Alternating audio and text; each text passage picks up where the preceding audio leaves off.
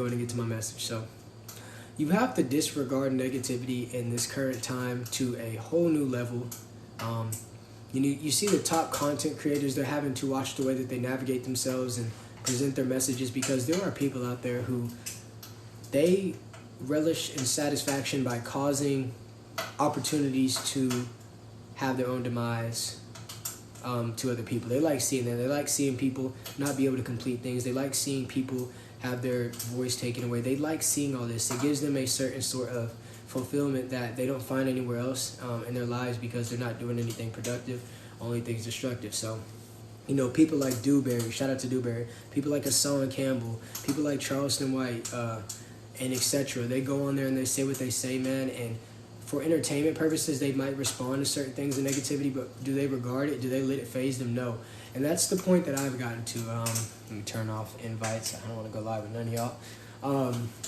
You have to let it get to the point to where you acknowledge it, but you just quickly get it away from your stream of consciousness. Because if you let it sit there and if you respond to it, even if you feel like, oh, I'm finna roast this person, then do this, they can still use that against you, and they can try to create a narrative that doesn't even exist. So when negativity presents itself, all you simply have to do is just remove it, which is why I do this and things like that, and do nonverbal communications, or I just press the button myself, because the energy that I spend saying this and saying that and laughing about this and laying about that, not only does it get me off of my topic, but it gives them ammunition to say something or do something. So from now on, I will no longer give the people the power. You see, the best action sometimes that I spoke about, and man, I swear I appreciate the Lord for this, but the best action sometimes is inaction.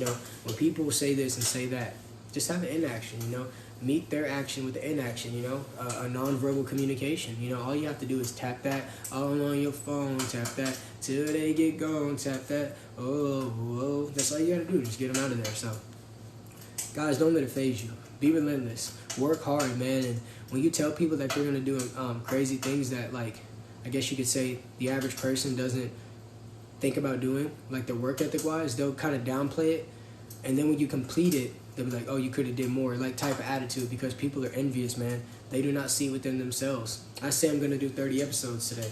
I hold myself to that. Do I feel like doing it? Actually, yes, today, but do I feel like doing it sometimes? No. But I hold myself to a very high standard because I know what I have to accomplish. When the events that took place happened to me the other day, it was very discouraging. It was like being pushed to the ground without even knowing where the push came from. And yeah, it caught me off guard, but it's like, what's next? What's next, man? Square business. You always got to have that what's next and why not mentality. That's the realest thing that I saw from Russell Westbrook, is the why not mentality. Why not? Why can't I do this? Why can't I do what I set my mind to? Why can't I learn something new? Why can't I drop my pride to learn? Why can't I drop my ego? There's just so many things that it's like, why not? So with that being said, man, don't let it phase you. Sometimes the best action is inaction, to remove yourself from it. So with that being said, I'm going to go and read my comments.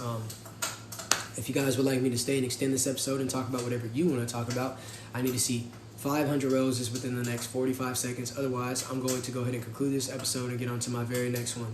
And to my new viewers, man, make sure you tap the follow and the bell button so you can be a part of this family that's getting bigger and bigger and bigger. We over here at the game servers, we do it differently, exquisitely, and terrifically. And we lay the game down on the ground for them Hunger Hounds who just got out the pound and starving for the very next round. Hi, what's up, Lisa? Lisa coming through. Light skin shorty. Yo, what's good, yo? Jewel real one. That's 100% facts, not an opinion. Like I said, you don't never see Jewel's profile picture disappear from that viewer list. You know why? Because Jewel really supports. You see, Jewel could be doing... See, that's what I'm saying, bro. When you really support, you could be doing 10, 15 other things, but still have your homie in the background.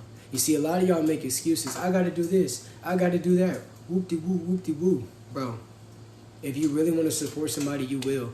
I was passing out on my couch in Kane's live. I have the best definition of clueless to what he said in the first 2 or 3 lives.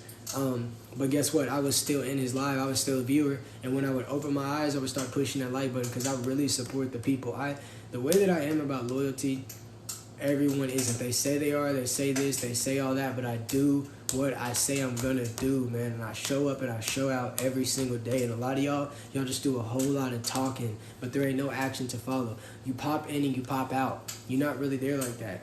I appreciate all the support, but don't get me wrong. There is differentiation. There is levels to this, like Meek Mill used to say. But with that being said, man, I hope you guys live as long as you want and never want as long as you live. I will be back with episode number 3 very soon. Peace. If I could press the button.